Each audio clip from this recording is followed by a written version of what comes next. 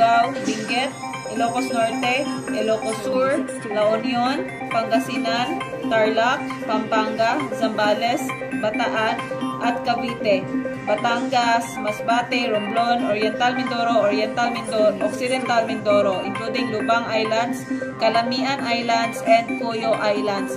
Metro Manila po ang Cavite, nasa signal number 2 na po.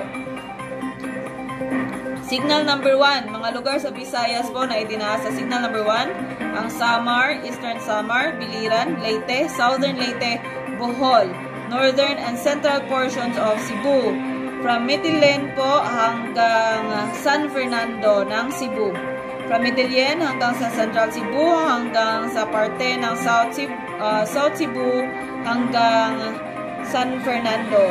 Kabilang na po rito ang Bantayan and Camotes Islands. Mag-ingat po tayo mga kalakbay.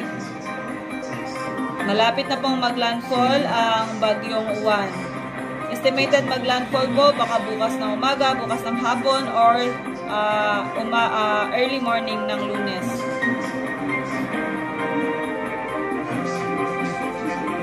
Zamboanga City po, ngayon wala pong inaiulat na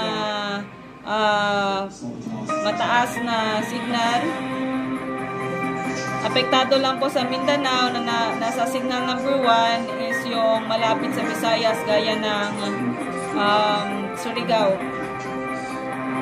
Davao po, wala lang po sa Davao. Sa Leyte po, parang ibang parte ng Leyte nasa signal number 2 at signal number 1. Signal number 1 po ngayon sa Leyte and Southern Leyte. Metro Manila po, signal number 2 na.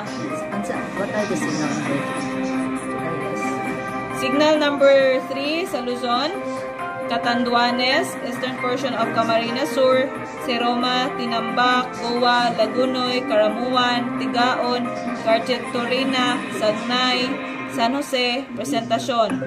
Eastern portion of Albay naman, nasa signal number 3 pa rin, Tiwi, Santo Domingo, Malinaw, Rapu-Rapu, City of Tabaco, Bakakay, Malilipot. Northeastern portion of Sorsogon, Prieto, Diaz. Yan po ang mga lugar sa Luzon na itinaas na po sa signal number 3. Sa Visayas, ang itinaas lang sa signal number 3 ay northeastern portion of Northern Samar, ang Palapag, Mapanas at Lawang. Yun lang po, wala po sa Mindanao. Sa signal number 2 na